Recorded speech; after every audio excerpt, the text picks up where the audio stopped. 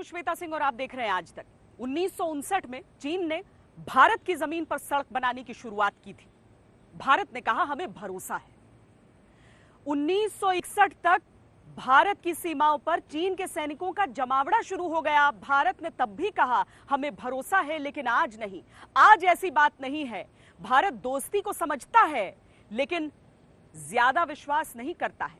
इसीलिए चीन ने लद्दाख में तैनाती की, भारत ने अरुणाचल तक अपनी सेना को तैनात कर दिया है। भारत अपनी जमीन पर सड़क बनाता है, चीन को आपत्ति होती है, भारत कह देता है यह हमारी जमीन है, यह आज का हिंदुस्तान है। चीन इस हिंदुस्तान से कभी पार नहीं पा सकता।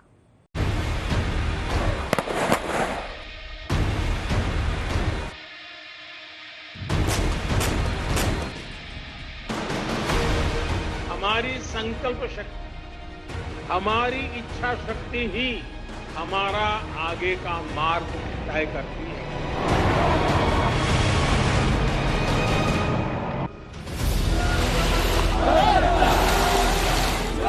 हमने यदि अपना गार्ड डाउन किया, अपनी सुरक्षा थोड़ी भी कम की, तो चीन फिर शैतानी करेगा, बदमाशी करेगा। इसीलिए चौकन्ना होकर रहने की जरूरत है। हिंदुस्तान चाइना को बिल्कुल ट्रस्ट नहीं करता, क्योंकि चाइना कहता कुछ है और करता बिल्कुल अलग है। हिंदुस्तान में आज की तारीख में जबरदस्त क्षमता है। हिंदुस्तान चीन के साथ आंख में आंख डाल करके बात कर सकता है और अगर कोई ऐसी स्थिति होती है जवाब देने की वो काबिलियत रखता है। 1962 वाली सेना नहीं है अभी, और चीन जानता है। और यही कारण है, आप देखेंगे ये जब दो देश अपनी फौज की काबिलियत को समझने लग पड़ते हैं तो एक म्यूचुअल डिटरेंस पैदा होता है। आज वो म्यूचुअल डिटरेंस है। चीन पंगा नहीं लेगा, उसको पता है कि अगर वो पंगा लेगा तो क्या होगा। चाइना रिस्पेक्ट फर्मनेस, वो समझता है उस बात को जो उनकी भाषा में हम उत्तर दें।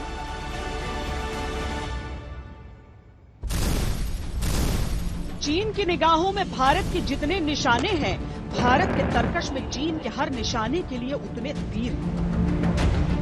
भारत ने कमान की प्रत्यंचा इतनी खींच रखी है कि चीन को यकीनन उन तीरों की नोक का अंदाजा हो रहा है। भारत ने जो तीर चलाने शुरू किए हैं, युद्ध नीति के तीर से चीन तार तार हो रहा है। चीन पंगा नहीं लेगा, उसको पता है कि अगर वो पंगा लेगा तो क्या होगा। तो सेनाएं वो जानती हैं कि जो एक कॉन्फ्लिक्ट है उसका जो कॉन्सिक्वेंसेज हैं बड़े वो भयंकर होंगे। तो इस करके एक म्यूचुअल डिटरेंस पैदा हो जाता है। कूटनीति के तीर से चीन दुनिया में दरकिनार हो रहा है। PP-14, PP-15 and PP-17। PP-14 जो गलवान वैली में है, जो बहुत अहम है हमारे लिए, और PP-17 हॉट स्प्रिंग्स एरिया में, दोनों साइड्स ने as a confidence building measure 2 kilometre की एक अपनी डिसएंगेजमेंट करी है। एक तरफ से इसका मतलब ये है कि डिप्लोमेटिकली प्राइम मिनिस्टर साहब से कि प्रेसिडेंट, अमेरिकन प्रेसिडेंट और रशियन प्रेसिडेंट पुतिन साहब की बातचीत चल रही है और चाइना के साथ भी चल रही है। और दोनों आर्मीज ने एक डिसीजन तो लिया है कि एज ऑफ नाउ एक दूसरे से डिसएंगेज करें और टेंशन्स को कम करें।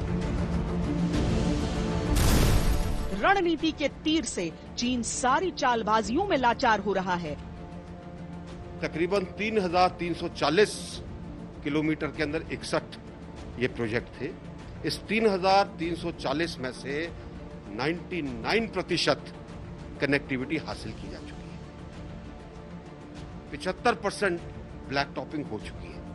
ये 1% जो बचा हुआ वो 27 किलोमीटर के करीब के दो टुकड़े हैं, 2 रोड्स के, जो जल्दी कंप्लीट हो जाएंगे। तकरीबन 4,000 किलोमीटर के उसने हाईवे बना रखी है। कितने ही उसके हेलीपैड्स हैं, लॉजिस्टिक डंप्स हैं, इंटरनल रोड्स हैं, कनेक्टिंग रोड्स हैं, रेल एंड ट्रैक्स बन रहे हैं तिब्बत से। नेपाल के अंदर भी उसका रेल ट्रैक बन रहा है। तो उसका कम्युनिकेशन इतना बढ़िया हो गया, हमारा काफ़ी कमज़ोर रहा। लेकिन पिछले 6-7 साल में हमने भी कुछ इसमें तरक्की की है। हालांकि तरक्की मैं कहूँगा परसेंटेज वाइज शायद 30, 40, 50% ही हुई होगी, इतनी बाकी है, लेकिन कुछ तो तरक्की हुई है। ईस्टर्न लद्दाख में अब देखिए सड़कें बन गई, काफ़ी सड़कें बन गई। दौलत बेग ओल्दी का एयरपोर्ट कमर्शियल हो गया, फुकचे का एयरपोर्ट कमर्शियल हो गया। हमने वहाँ कुछ दिन पहले एक टैंक रेजिमेंट भी भेज दिए, मैकेनाइज्ड कॉलम्स भी वहाँ पर है। आत्मनिर्भरता नीति के तीर से ट्रेड वर्ल्ड में शर्मसार हो रहा है।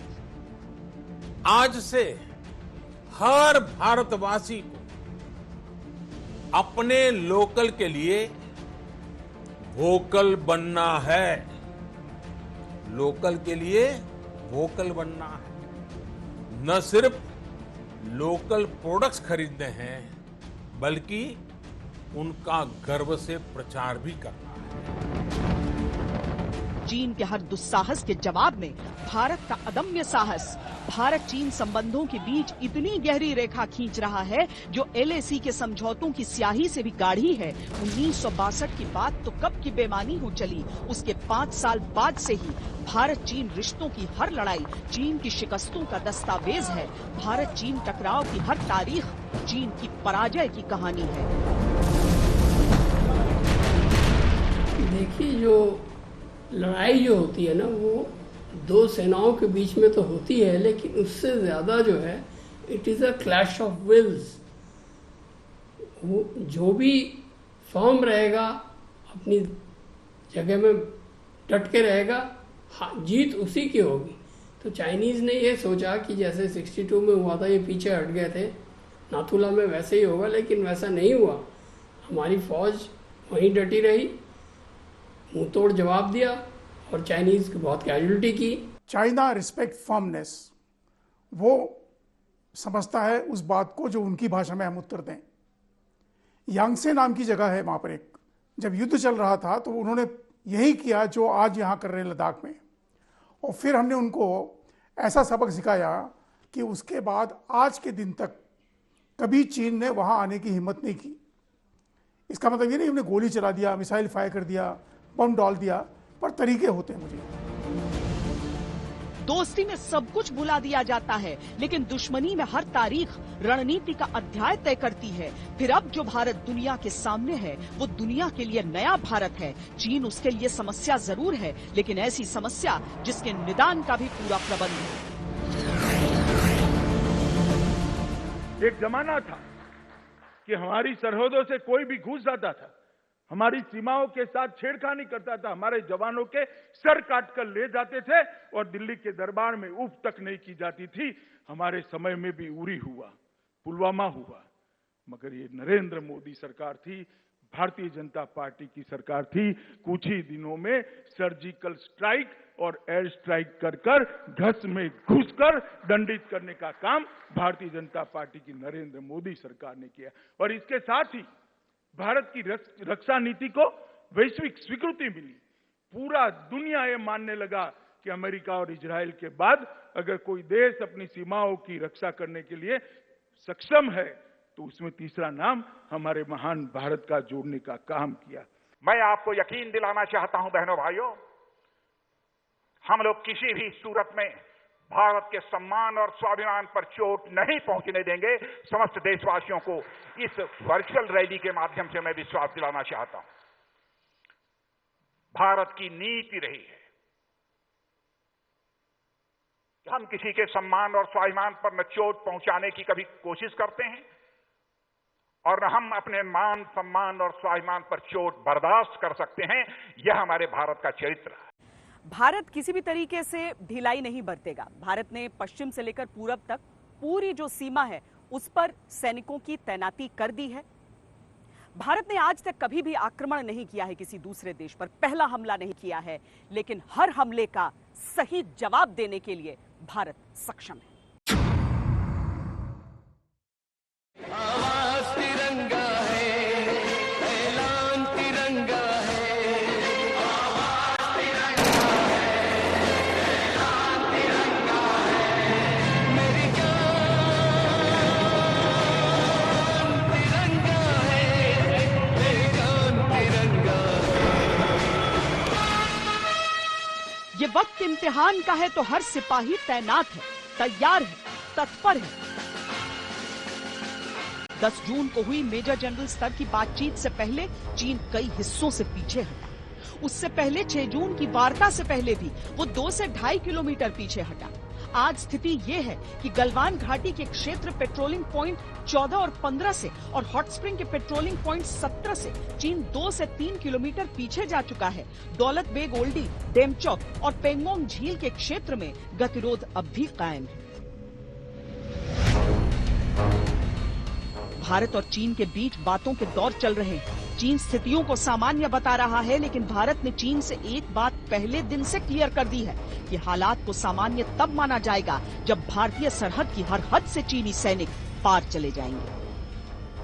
I would just like to assure everyone that the entire situation along our borders with China is under control. We are having a series of talks which started with the Corps Commander level talks on the 6th of this month. This has been followed up by a number of meetings, and as a result of this, a lot of disengagement has taken place, and we are hopeful that through this continued dialogue that we are having, all perceived differences that we have will be set to rest. जंग की तैयारियों के video दिखा दिखाकर चीन बार बार भारत पर मनोवैज्ञानिक दबाव बनाना चाहता है, लेकिन भारत इसे समझता है। 1962 में मिले चीन से धोखे के बाद उसने चीन से निपटने की रणनीति में बदलाव किए। दुनिया इस बात को समझ भी रही है।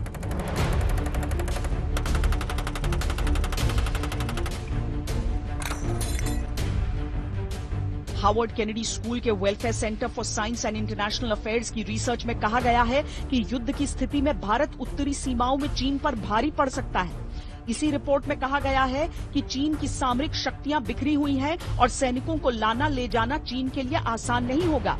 तिब्बत और शिनजियांग प्रांत में विरोधों को दबाने में चीनी सेना का बड़ा हिस्सा व्यस्त रहेगा। यहां तक कि भारत के एयर डिफेंस सिस्टम के सामने चीन को जल्दी संभल पाना बिल्कुल आसान नहीं होगा। जल थल नभ में भारत ने जिस तरह अपनी शक्ति को स्थापित किया है, उससे पार पाना चीन के लिए आसान नहीं होगा। आज की तारीख में इंडियन आर्मी बहुत सशक्त है। आज के हालात में हमेशा चाह होती है ज्यादा मॉडर्नाइज करने की, ज्यादा बेहतर इक्विपमेंट लेने की, लेकिन हम लोग काबिल हैं अपनी रक्षा करने के लिए। दूसरा, आज हमारी आर्मी को पिछले 5-6 दशकों में जो एक्सपीरियंस है, हमारे सोल्जर्स अब बड़े कॉम्बैट हार्डी हैं। तो अब ये कोई ना समझे, ना चाइना, ना इंडिया, ना दुनिया समझे कि ये अब 1962 जैसी हालत हो सकती है। So India is no pushover. सेनाध्यक्ष जो हमारे हैं तीनों अनुभवी हैं, चीफ ऑफ डिफेंस स्टाफ जो है अत्यंत अनुभवी हैं। उन्होंने खुद चीन के सामने काम किया है वलांग नाम के क्षेत्र में। और सबसे बड़ी बात जो है कि आज भारत की जो जनता है, भारतीय जनता की मानसिकता ये एकदम चीन के विरुद्ध हो गई है। एक रिपोर्ट चीन को अपने ही देश की भी देख लेनी चाहिए। चीन के रक्षा विशेषज्ञ और सैन्य चीनी मैगजीन मॉडर्न वेपनरी के संपादक हुआंग गुओजी ने लिखा है कि पहाड़ी मैदान और पर्वतीय क्षेत्रों में सबसे अधिक अनुभवी सेना सिर्फ भारत के पास है और 12 डिवीजन में 2 लाख सैनिकों के साथ भारत दुनिया की सबसे शक्तिशाली माउंटेन फाइटिंग फोर्स है। इस समय भी हर मोर्चे पर भारतीय सेना चीन के सामने डटी हुई है। चीन के चालबाज चरित्र को समझते हुए भारत चौकन्ना है और इसी के चलते सरहद से जुड़े हर मोर्चे पर मुस्तैद है। लद्दाख में 3rd इन्फेंट्री डिवीजन डिप्लॉयड है। इसके अलावा ऊंचाई पर युद्धाभ्यास करने वाली 2 अलग अलग ब्रिगेड तैनात हैं। हिमाचल प्रदेश में अतिरिक्त ट्रूप्स भेजे जा चुके हैं। उत्तराखंड में गढ़वाल और कुमाऊं सेक्टर में सैन्य बल बढ़ा दिया गया है। उत्तरकाशी के चिन्यालीसौर में एयरफोर्स ने हवाई पट्टी को एक्टिव कर दिया है। चीन की नजर यहां भी हमेशा रही है, तो इस मोर्चे पर भारत पूरी तरह तैयार हो चुका है। सिक्किम में सैन्य बल बढ़ाया जा चुका है। अरुणाचल प्रदेश में भारत ने पूरा इंतजाम कर रखा है। इसके अलावा सुकना में 33वीं कोर, तेजपुर में 4थी कोर, रांची में 17वीं माउंटेन स्ट्राइक कोर को भारत ने तैनात कर दिया है। हम भारत और चीन के फौजों की कुल संख्या की बात नहीं कर रहे हैं। हम यहाँ पर उस 3488 किलोमीटर लंबे लाइन ऑफ एक्चुअल कंट्रोल पर कितने सैनिक दोनों तरफ से हैं उसकी बात कर रहे हैं। और अगर हर सेक्टर का तुलनात्मक अध्ययन हम करें तो ये तस्वीर हमारे सामने आती है। चीन बार बार अपने सरकारी मीडिया में प्रोपेगेंडा वीडियो जारी करके शक्ति प्रदर्शन करता है। उसकी कोशिश रहती है कि इस हाई क्वालिटी फिल्म प्रोडक्शन के जरिए दिखावा करके वो अपने विरोधी के दिमाग पर हावी हो जाए, लेकिन जमीनी स्तर पर असली लड़ाई लड़ने की बात कुछ और होती है। हमारे जो लीडरशिप है ये ट्रेन होके ऊपर आती है। अभी चीन में प्रॉब्लम क्या है? चीन में कॉन्स्क्रिप्शन का एक दौर है। जिसके अंदर 3 साल के लिए एक आदमी आता है, चाहे वो डॉक्टर है, चाहे वो इंजीनियर है, और उस बंदे को भेज दिया जाता है बॉर्डर के ऊपर। और मैं आपको बता दूं, मुझे याद है जब डेप्सांग हुआ था तो हमने इसको एनालाइज किया था, और ये उभर के आया था कि जो उनकी लीडरशिप है, उनके जो लीडर्स लोअर लेवल के ऊपर हैं, वो जानते नहीं हैं कि लड़ाई क्या है, वॉर फाइटिंग क्या है, ग्राउंड रूल्स क्या हैं, स्टैंडर्ड ऑपरेटिंग प्रोसीजर्स क्या हैं, जो उभर के आए हैं, जो हमारे 4 जो हमने साइन किए हैं पीस एग्रीमेंट उसके तहत, वो नहीं जानते हैं। आखिरी बार चीनी सेना 1979 में एक्शन में देखी गई थी, और तब उसे युद्ध लड़ लड़कर सख्त हो चुकी वियतनाम की सेना से शिकस्त मिली थी। इसीलिए अक्सर चीन को कागज का शेर कहा जाता है। कागज और आंकड़ों में तो चीन की सेना बेहतरीन नजर आती है, लेकिन चुनौतियों से भरी असली परिस्थितियों में चीनी सैनिक मिट्टी के शेर साबित होते हैं। लद्दाख में पेंगोंग सो पर तनाव के बीच भारत और चीन के सैनिक आमने सामने हैं, और ऐसे में तमाम एक्सपर्ट दोनों पक्षों की ताकत का आकलन कर रहे हैं। सबसे पहले ये देखिए कि भारत के कितने सैनिक चीन से टक्कर लेने के लिए तैयार हैं। जम्मू कश्मीर, लद्दाख और हिमाचल में उत्तरी आर्मी कमांड में 34,000 भारतीय सैनिक तैनात हैं। उत्तराखंड में केंद्रीय आर्मी कमांड में 15,500 सैनिक तैनात हैं। सिक्किम, अरुणाचल, असम, नागालैंड और बंगाल में पूर्वी आर्मी कमांड में 1,75,500 सैनिक तैनात हैं। इस तरह सैनिकों की कुल संख्या हो जाती है 2,25,000। अब इसकी तुलना चीन से करते हैं। चीन के तिब्बत मिलिट्री क्षेत्र में 40,000 सैनिक हैं। चीन के शिनजियांग मिलिट्री क्षेत्र में 70,000 सैनिक, वेस्टर्न थिएटर कमांड में 90,000 से 1,20,000 सैनिक। इस तरह चीन के सैनिकों की संख्या कम से कम 2,04,000, अधिक से अधिक 2,35,000 के बीच है। यहाँ भारत के पक्ष में रणनीतिक लाभ भी है, क्योंकि चीन की सैन्य शक्ति बिखरी हुई है। सैनिकों को एक से दूसरी जगह पहुंचाना उसके लिए सरदर्द है। चीन अपने 2 लाख से ज्यादा इन सैनिकों को एक साथ भारत के खिलाफ तैनात करने की स्थिति में नहीं है। शिनजियांग और तिब्बत में हो रहे विरोध को दबाने के लिए चीनी सैन्य शक्ति का एक बड़ा हिस्सा वहां उपलब्ध नहीं होगा, जबकि चीन के खिलाफ भारत की सैन्य तैनाती एकदम मारक है और अलग अलग हिस्सों में अच्छी तरह बंटी हुई। ज्यादा ऊंचाई वाले क्षेत्रों में अनुभव होने के कारण भारत की स्थिति बेहतर है। यहाँ ये भी नहीं भूलना चाहिए कि भारत ने अपने सैनिकों को खासतौर पर उत्तरी और पूर्वी बॉर्डर पर चीन के मुकाबले के लिए तैयार किया हुआ है। एयरफोर्स की ताकत की तुलना करें तो भारत की पश्चिमी एयर कमांड के पास 75 फाइटर एयरक्राफ्ट हैं और 34 ग्राउंड अटैक एयरक्राफ्ट। ये श्रीनगर, लेह, पठानकोट, आदमपुर और अंबाला सेक्टर में तैनात है। केंद्रीय एयर कमांड यानी बरेली, ग्वालियर और गोरखपुर सेक्टर में 94 फाइटर एयरक्राफ्ट और 34 ग्राउंड अटैक एयरक्राफ्ट हैं। इसके अलावा पूर्वी एयर कमांड यानी जलपाईगुड़ी, तेजपुर और झाबुआ सेक्टर में 101 फाइटर एयरक्राफ्ट हैं। अब तुलना में चीन के आंकड़े देखिए। चीन की वायु शक्ति अलग अलग इलाकों में तैनात नहीं है। चीन की पश्चिमी थिएटर कमांड में 157 फाइटर एयरक्राफ्ट हैं, एकदम सटीक निशाना लगाने वाले 20 यूएवी हैं, 12 ग्राउंड अटैक यूएवी और 8 EA-03 यूएवी। परमाणु शक्ति की बात करें तो चीन के पास 104 न्यूक्लियर मिसाइल हैं जो पूरे भारत पर स्ट्राइक कर सकती हैं। भारत के पास अग्नि-3 लॉन्चर सिस्टम है जो पूरे चीन में कहीं भी स्ट्राइक करने में सक्षम है। चीन के पास इंटरकॉन्टिनेंटल बैलिस्टिक मिसाइल है जिनकी रेंज 11,000 और 7,000 किलोमीटर है। ये भी भारत पर और यहाँ तक कि अमेरिका तक पहुंचने की क्षमता रखती है। DF-21 मिसाइल की रेंज 2,150 किलोमीटर है और इससे चीन दिल्ली को टारगेट कर सकता है। इसके अलावा चीन के पास पूर्वोत्तर भारत और भारत के पूर्वी तट पर न्यूक्लियर स्ट्राइक करने की क्षमता है। भारत के पास परमाणु क्षमता वाले 51 विमान हैं जो ग्रेविटी बम से लैस हैं। भारत अपने अग्नि-2 लॉन्चर से भी चीन के कई इलाकों को टारगेट कर सकता है।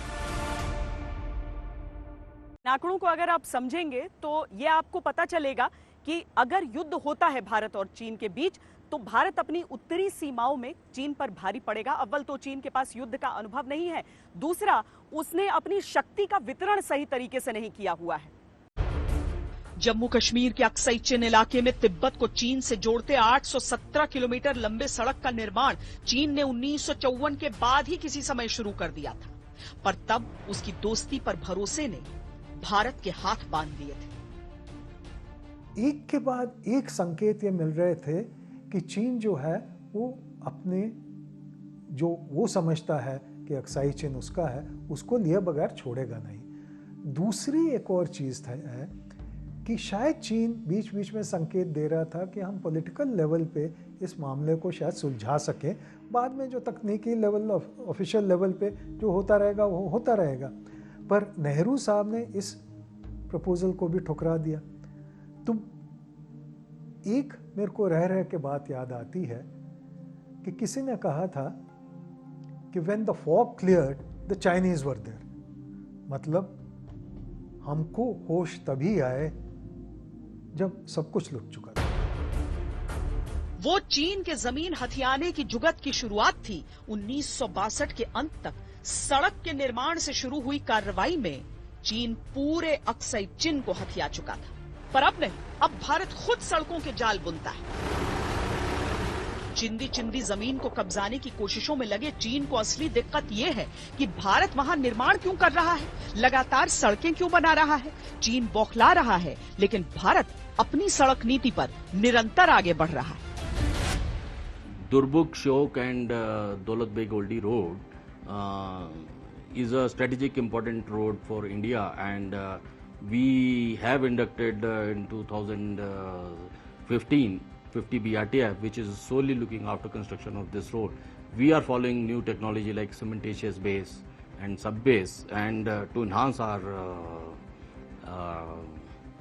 speed of construction.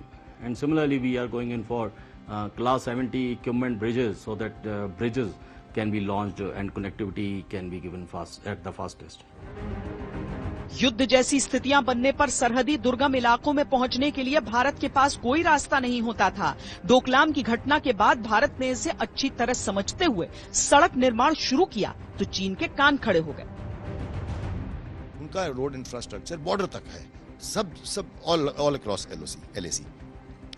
और जबकि हमारी तरफ से जब हम थोड़ा सा रोड इंफ्रास्ट्रक्चर बढ़ाने की कोशिश करते हैं, वो हमेशा किसी ना किसी डिस्गाइज में वो हमेशा इसमें प्रोटेस्ट करना शुरू करते हैं, जैसे कि अब हमें यहाँ देखने को मिल रहा है। क्योंकि हमारी वो रोड को और फर्म अप किया जा रहा है, जो DBSDO रोड जो बनी है, और उसमें वो प्रोटेस्ट करना चाहते हैं। चीन को लेकर भारत का अप्रोच बहुत बदला है। पहले चीन एक बार मुस्कुराता था, भारत नई दोस्ती की संभावनाएं तलाशने लगता था। वरना 1967 की वो जीत आज तक इतिहास के किताबों में क्यों नहीं दर्ज की गई? 1986-87 में जो गतिरोध सीमा पर देखा गया, उसके लिए जवाब तलब क्यों किया गया अधिकारियों को? आज भारत डोकलाम की परिस्थिति से, डोकलाम के गतिरोध से न सिर्फ खुद सीख रहा है, बल्कि दुनिया के सामने ये कह रहा है कि हाँ, हम डटकर खड़े रहे और अब भी खड़े रहेंगे। एक धोखा खा चुके हैं और खा सकते नहीं।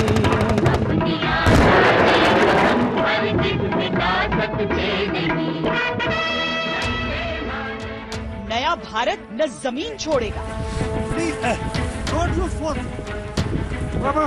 न निर्माण छोड़ेगा, न पहली गोली चलाएगा, लेकिन चीन के मंसूबों के लिए जरा सी भी गुंजाइश नहीं छोड़ेगा। चीन की शातिराना फितरत को समझते हुए भारत ने न सिर्फ लद्दाख बल्कि हिमाचल प्रदेश, उत्तराखंड, सिक्किम, अरुणाचल प्रदेश, यानी जहां जहां चीनी अतिक्रमण के जितने सुराख हो सकते हैं, वहां वहां अपने फौजी बूट अड़ा दिए। चीन बात कर रहा है तो भारत भी बात कर रहा है। आघात या विश्वासघात की सूरत में जवाब वैसा ही दिया जाएगा। देखिए, जब से ये हमारी एक्सरसाइजेज शुरू हुई हैं चाइना के साथ में, पहले चीन जानता नहीं था हम क्या हैं। अब जब चीन हमारे साथ उसने इंटरऑपरेबिलिटी बढ़ाने के लिए counter terrorist operation, disaster relief operations के अंदर जो हम करते हैं अपनी आर्मी टू आर्मी एक्सरसाइजेज, उसने देखा है कि हमारी कार्रवाइयां कैसे होती हैं, हमारा जोश हमारे जवानों में क्या है। आज एक हमारा जो सिपाही है वो किसी भी सेना के 10 सिपाहियों के बराबर है। चीन की बातचीत की पेशकश पर भारत ने पहले ही कहा था कि सैनिकों का जत्था चीन को पूरी तरह वापस लेकर जाना होगा, लेकिन चीन इसी स्थिति में बात करना चाहता है तो भारत ने अपनी तैयारियां पुख्ता कर ली, क्योंकि एक बात भारत जानता है कि चीन पर भरोसा बिल्कुल नहीं।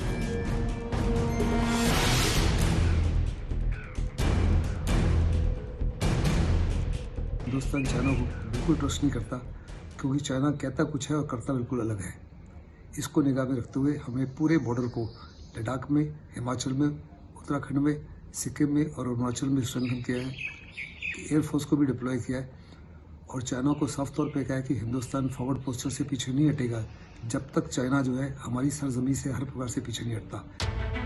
चीन के साथ कई दशक के संबंधों में गए दौर की भूलों से सबक लेकर भारतवर्ष ने अपना नया भविष्य गढ़ना शुरू किया है, जिसमें दोस्ती की आड़ में विश्वासघात के खंजर के लिए कोई रियायत नहीं रखी गई। चीन मिलिट्री कन्फ्रंटेशन नहीं चाहता है, लेकिन चीन एक तरीका का पॉलिटिकल स्टेटमेंट देने की कोशिश कर रहा है। हम लोगों ने कैपेसिटी बिल्डिंग में कोई ढील नहीं देनी चाहिए। लद्दाख से अरुणाचल तक हम लोगों ने अपनी जो कैपेसिटी बिल्डिंग है और अपनी जो क्षमता है उसको पूरा तैयार रहना है। चीन मुस्कुराता है, उसका विदेश मंत्रालय शांति के श्वेत पत्र पढ़कर सुनाता है, उसका फौजी जत्था पीछे हटकर मिथ्या विश्वास जगाता है ताकि एक बार फिर फरेब का जाल बुना जा सके, ताकि फिर एक बार धोखे को दोहराया जा सके। लेकिन भारत ने इस बार जैसा जवाब दिया है वो इशारा है इस बात का कि वो दिन बीत गए जब हिंदी चीनी भाई भाई के नारे के पीछे चीन अपनी कुटिलताओं को छुपा ले जाता था। अब कूटनीति, रणनीति, युद्ध नीति, भारत सामने खड़ा है, आंखों में आंखें डाले पूरे आत्मविश्वास के साथ।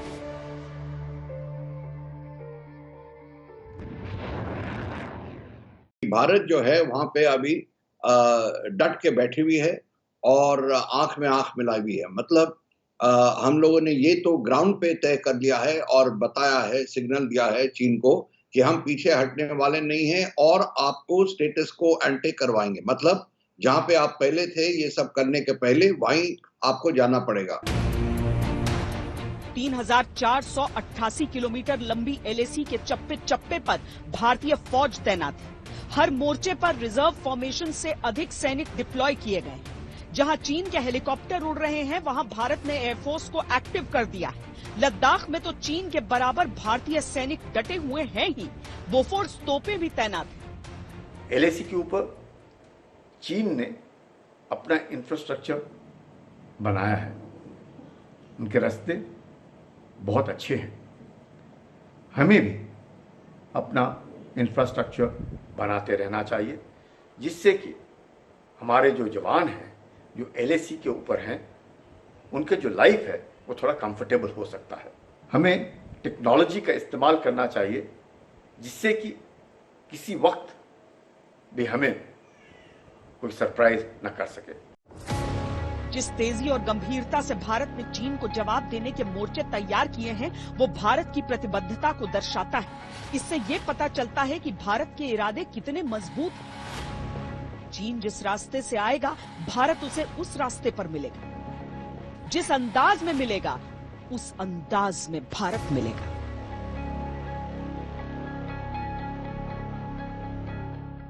ये उन्होंने काफी अलग अलग जगह में कॉन्फ्रंटेशन पॉइंट्स खोले हैं।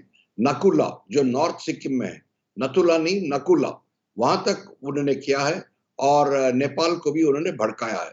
तो ये मामला जो है सोच समझ के चीन ने किया है और हम लोगों को भी, और हम लोग कर रहे हैं। मेरे ख्याल से जो जवाब दे रही है वो भी सोच समझ के हम कर रहे हैं। चीन बातों बातों में मामल्लपुरम में हुई प्रधानमंत्री मोदी और जिनपिंग की मुलाकात का हवाला देकर रिश्तों में ऑल इज वेल का मैसेज भेज जरूर रहा है, लेकिन भारत उसके झांसे में आ जाएगा ये उसका ख्याल है बस। मनोविज्ञान की लड़ाई में भी भारत चीन से आगे है। चीन के खाते में वियतनाम से मिली हार, दक्षिणी सूडान में जान बचाकर भागे चीनी सैनिकों के इतिहास के अलावा शौर्य का कोई पल नहीं है। भारत का हर दिन किसी न किसी अघोषित युद्ध से शुरू होता है और शाम तक विजय के साथ खत्म होता है। जंग में हथियार जरूरी हैं, लेकिन अनुभव और हिम्मत उससे भी ज्यादा। यहाँ भारत का पलड़ा भारी है। ताकत वतन की तुमसे है, हिम्मत वतन की तुमसे है, इज्जत वतन की तुमसे है, इंसान के हम रखवाले। अभी तक सब ठीक चल रहा है, बातचीत भी चल रही है, लेकिन अजीब सी बात है कि बातचीत के हर दौर के साथ चीन अपनी सेनाओं का कारवां लंबा कर देता है। चीन को समझने की जरूरत है कि भारत कब तक सब्र करेगा, कि इंडिया और चाइना अभी मीटिंग हो रहा है, तो अगर मीटिंग अगर बातचीत से हल होता है तो हम दोनों देश के लिए बहुत बढ़िया रहेंगे। अगर बातचीत से हल नहीं होता है तो आर्मी तो आगे जाएंगे। साथ में मैं एक रिटायर होने के नाते ये कहना चाहूँगा, मैं खुद एक वॉलंटियर जाने के लिए बिल्कुल रेडी हूँ। चीन का विदेश मंत्रालय एक तरफ कहता है कि दोनों देश सहमति के आधार पर स्थिति सामान्य करने की तरफ बढ़ रहे हैं, दूसरी तरफ हर रोज वो सैनिक साजो सामान बढ़ाता जाता है। बयानबाजी के बीच उसने सबसे ताकतवर गाड़ी पर माउंट होने वाले PCL-181 हाउइत्जर को अपने बेड़े में शामिल कर लिया। रणनीति के हिसाब से यह चौंकाने वाला कदम था, लेकिन उससे भी ज्यादा चौंकने की बारी चीन की है, क्योंकि भारत पर उसके इस साइकोलॉजिकल गेम का कोई असर नहीं पड़ रहा। भारत ने लद्दाख में सड़कों का निर्माण तो बंद किया नहीं, दूसरी सीमाओं पर निर्माण और तेज कर दिया। ये तस्वीरें उत्तराखंड के जोहार घाटी में हेलीकॉप्टर से सड़क निर्माण की मशीनरी पहुंचाने की, ताकि चीन के खिलाफ रणनीतिक और सामरिक रूप से जरूरी मुनस्यारी बोगदियार मिलाम सड़क को जल्द पूरा कर लिया जाए। ये क्षेत्र बहुत दुर्गम है, जिसकी वजह से यहाँ मशीनरी ला पाना आसान नहीं था। 2019 में कई कोशिशें नाकाम हुई। 65 किलोमीटर का ये प्रोजेक्ट लंबे समय से अटका पड़ा था। अब BRO लास्पा तक हेलीकॉप्टर्स के जरिए मशीनरी ले आया है। ये सड़क उत्तराखंड के पिथौरागढ़ में भारत चीन सीमा पर आखिरी पोस्ट तक पहुंचने का काम करेगी। चीन की सबसे बड़ी बेचैनी ही भारत का सड़क निर्माण कार्य है, और अब जब दोनों देश आमने सामने हैं, तब भी निर्माण कार्य रुका नहीं बल्कि और तेज हुआ है। दक्षिण कश्मीर में श्रीनगर जम्मू नेशनल हाईवे के बराबर में इमरजेंसी हवाई पट्टी बनाने का काम जोरों पर है। 3.5 किलोमीटर लंबी यह हवाई पट्टी इमरजेंसी ऑपरेशंस में बहुत काम आएगी। सामरिक मजबूती के तौर पर हिंदुस्तान का यह बेहद अहम फैसला है, जो संकेत है इस बात का कि मुस्तैद है भारत दुश्मन की हर चुनौती का जवाब देने के लिए। चाइना की जो फोर्सेस हैं, उन्होंने लाइन ऑफ एक्चुअल कंट्रोल को क्रॉस किया है, और वो इलाका उसमें कोई डिस्प्यूट नहीं रही है अभी तक। तो वहां से तो उनको हर हालत में पीछे हटना चाहिए और हटना पड़ेगा। सबसे पहले तो हमारा रिस्पांस होना चाहिए कि हम लोग अलर्ट रहें, प्रिपेयर्ड रहें, और किसी भी चुनौती जहां चैलेंज जहां कॉन्टिजेंस के लिए तैयार रहना चाहिए। और भारत की जो स्थिति है, जो मिलिट्री और सिक्योरिटी की स्थिति है, वो कैपेबल है, कैपेसिटी है और मिलिट्री स्किल है। एक संदेश चीन के लिए बिल्कुल साफ है, न रुकेगा न झुकेगा भारत। बातचीत का दरवाजा हमेशा खुला था, खुला है और खुला रहेगा। नहीं, मेरे ख्याल कूटनीति से ही काम चलेगा, लेकिन अगर कूटनीति से फिर नहीं काम चलेगा तो फिर हालात किस करवट बैठेंगे ये कहना बड़ा मुश्किल है। मेरे ख्याल आंखें दिखाई जा रही हैं दोनों तरफ से, और अगर भारत दृढ़ निश्चय करके वहां पर बैठे रहे और जौन सी यथास्थिति पहले थी उसी पर वापस जाने पर इंसिस्ट करे, तो मेरे ख्याल वही एकमात्र सल्यूशन है इसका।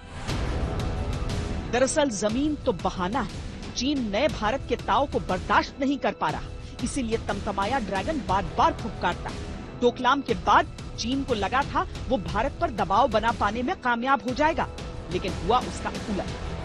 भारत ने अपने सैन्य ढांचे को और मजबूत किया। सितंबर 2019 में भारत ने पूर्वी लद्दाख में जबरदस्त सैन्य अभ्यास किया, जिसमें टैंक, इन्फेंट्री जवान, हेलीकॉप्टर से कूदने वाले पैराट्रूपर्स, मैकेनाइज्ड इन्फेंट्री को शामिल किया गया था। इसके अगले ही महीने अरुणाचल प्रदेश में LAC से 100 किलोमीटर दूर और 14,000 फीट की ऊंचाई पर एक और युद्धाभ्यास हुआ। इसके जरिए भारत ने इंटीग्रेटेड बैटल ग्रुप्स की क्षमताओं का परीक्षण किया और ये विश्वास मजबूत किया कि भारत को अगर चीन और पाकिस्तान दोनों से एक साथ युद्ध करना पड़े तो कोई दिक्कत न हो। इससे निपटने के लिए हमारे प्रोटोकॉल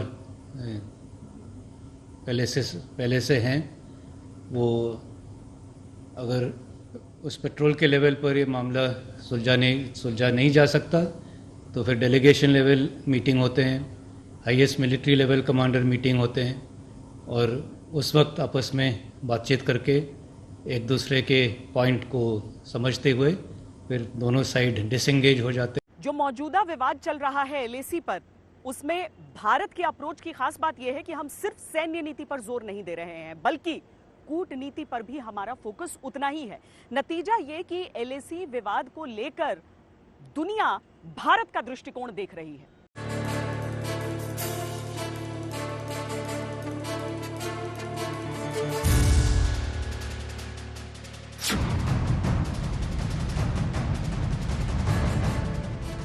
चीन की जितनी चालें हो सकती हैं, प्रधानमंत्री मोदी को इसका अंदाजा है। लिहाजा एक तरफ समर क्षेत्र की तैयारियों में कोई कमी नहीं छोड़ी जा रही, दूसरी तरफ ड्रैगन के लिए कूटनीति का मजबूत जाल बिछाया है। But I can tell you, I did speak to Prime Minister Modi. He's not in a good mood about what's going on with China. Yeah, they have a big conflict going with India and China. Is that what you're talking about? Yeah. Yes. They have a big conflict going with India and China. Two countries with 1.4 billion people. Two countries with very powerful militaries. And India is not happy, and probably China is not happy. नए भारत की विशेषता है कि वो कोई बड़ा कदम उठाने से पहले अपने मित्र राष्ट्रों को सूचित करता है। कश्मीर से धारा 370 हटाने से पहले भी ऐसा किया गया था। अब चीन का इंतजाम करने से पहले भी ऐसा ही किया गया। अमेरिका के मध्यस्थता के प्रस्ताव को अस्वीकार जरूर किया, लेकिन युद्ध की स्थिति में भारत का जवाब क्या होगा, उसको लेकर सूचित किया। भारत ने अपने पारंपरिक मित्र रूस से भी चीन के रुख को लेकर चर्चा की, अपना पक्ष समझाया। रूस भले तटस्थ की भूमिका में रहे, लेकिन चीन का साथ भारत के खिलाफ नहीं देगा। ये भारत की कूटनीतिक शक्ति है कि रूस और अमेरिका आपस में दोस्त नहीं, लेकिन भारत के लिए दोनों दोस्त हैं। रूस से कूटनीतिक तौर पर बात करना इसीलिए भी जरूरी था क्योंकि डोकलम के बाद चीन ने रूस से वैचारिक समर्थन मांगा था। तब भी रूस भारत के खिलाफ नहीं गया था। भारत ने ऑस्ट्रेलिया के साथ हिंद महासागर में सैन्य अड्डों के इस्तेमाल को लेकर सहमति भी बना ली। चीन को इससे भी बड़ी समस्या हो रही है। एक्सेलेंसी, भारत ऑस्ट्रेलिया संबंध विस्तृत होने के साथ साथ गहरे भी हैं, और यह गहराई आती है हमारे shared values, shared interest, shared geography और शेयर्ड ऑब्जेक्टिव्स से। पिछले कुछ वर्षों में हमारे सहयोग और तालमेल में अच्छी गति आई है। भारत के कूटनीतिक रिश्ते दुनिया का समीकरण बदल रहे हैं, जिनका वर्ल्ड ट्रेड पर असर पड़ना भी तय है। चीन को सबक सिखाने के लिए भारत का अगला ब्रह्मास्त्र आर्थिक मोर्चे पर चीन को मात देना है।